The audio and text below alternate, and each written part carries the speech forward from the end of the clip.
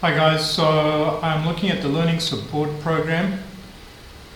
There's the two tabs right now, you can't see the second one, but in this tab, Student Learning Support Assessments.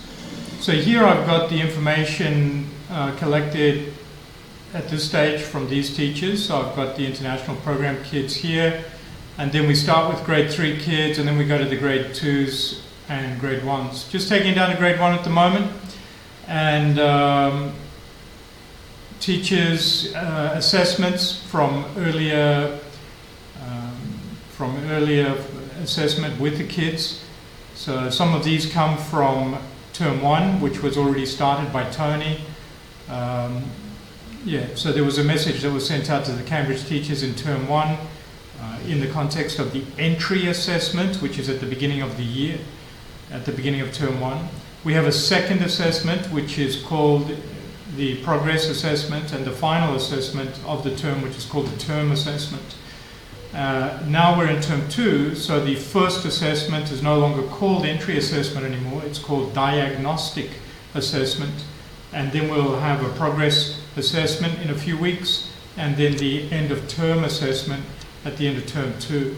So based mostly on the entry assessment from term 1, and the end of term assessment in term 1, and then also the diagnostic assessment at the beginning of term 2. From those assessments we can get information that would place students into the Learning Support Program. It's still at a rudimentary stage at this point. These are more informal teacher assessments that were given in a teacher telegram group when calls for students who might need to be inside the Learning Support Program were put out to teachers last term. And now we've got a few more newcomers into the mix. So as Mark and Jason get assessments with their kids, then we will populate this list a little.